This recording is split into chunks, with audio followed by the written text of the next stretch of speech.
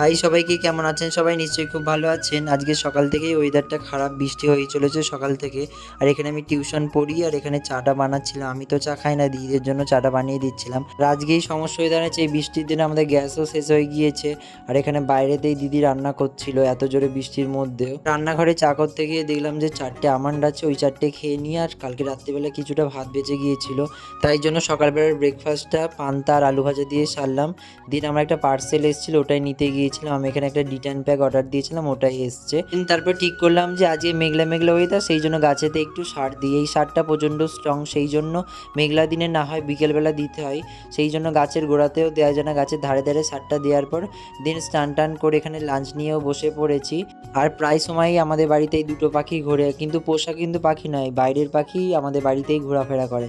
So চলুন আমি দুপুরবেলায় লাঞ্চটা করিনি। আজকের ভিডিওটি এত পর্যন্ত। যদি ভিডিওটি ভালো লাগে অবশ্যই একটি লাইক করবেন এবং অবশ্যই কমেন্টে জানাবেন।